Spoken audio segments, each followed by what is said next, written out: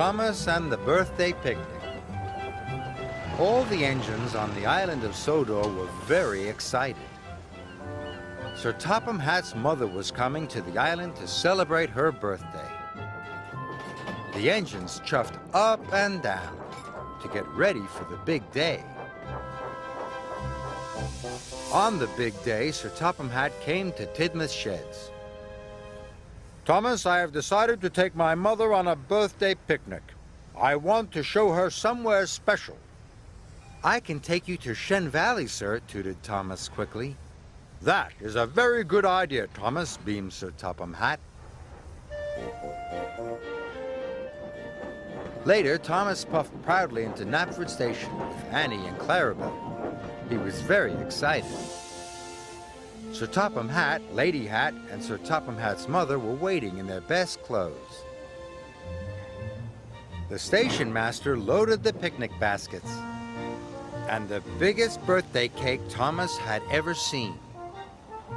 Thomas smiled, but Sir Topham Hatt's mother wasn't smiling. She looked very stern. She made Thomas feel nervous. Just then, Percy chuffed into the station. You'll have a wonderful time, peeped Percy. Thomas stopped feeling nervous.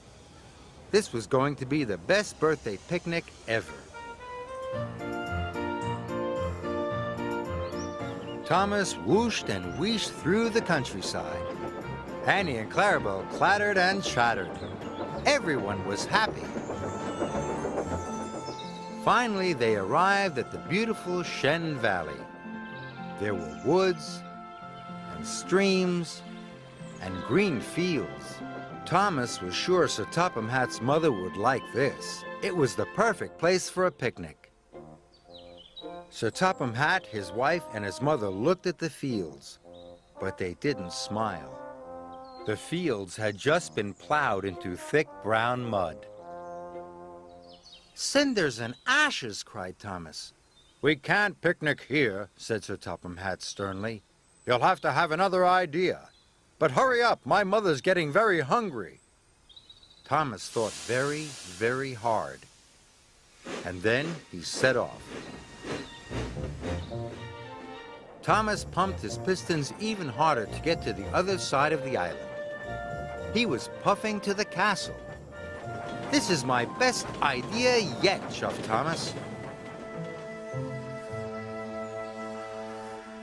At the castle station, Sir Topham Hatt spoke to the station master.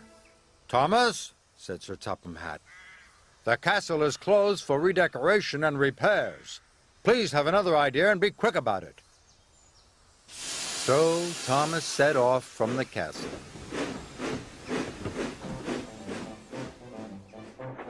He rocked and he rolled. He huffed and he puffed. Sir Topham Hatt, his wife, and his mother were bounced and bumped inside the carriage. Thomas went faster and faster, trying to have another idea.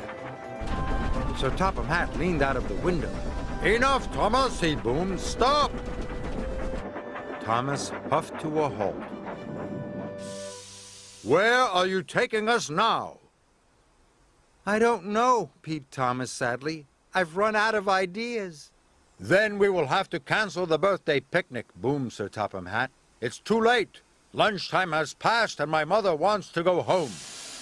Thomas hoped he'd have another idea before he got to Knapford.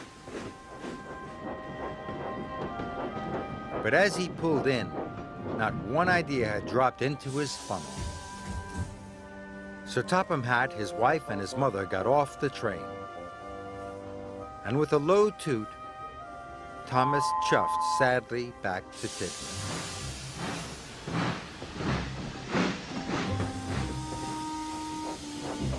When Thomas got back to the sheds, the other engines were waiting.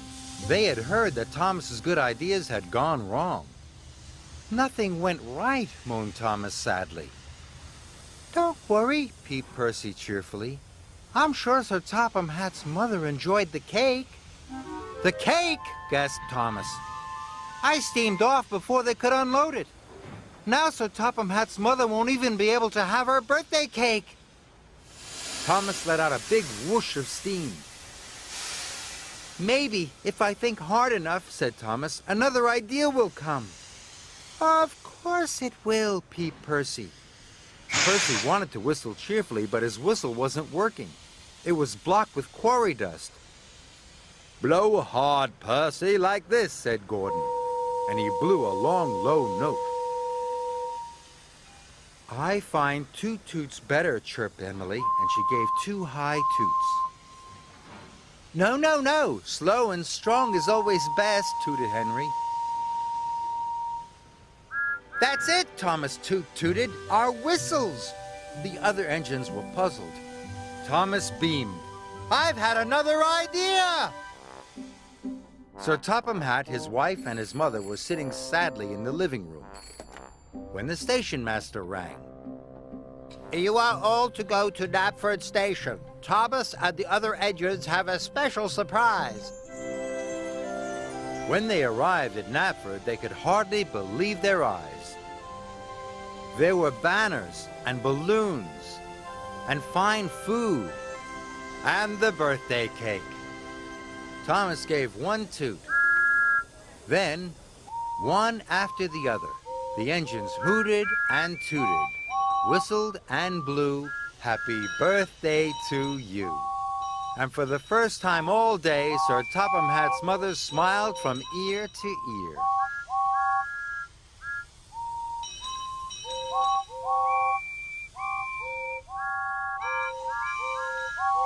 "This is the best birthday picnic ever," smiled Sir Topham Hatt's mother.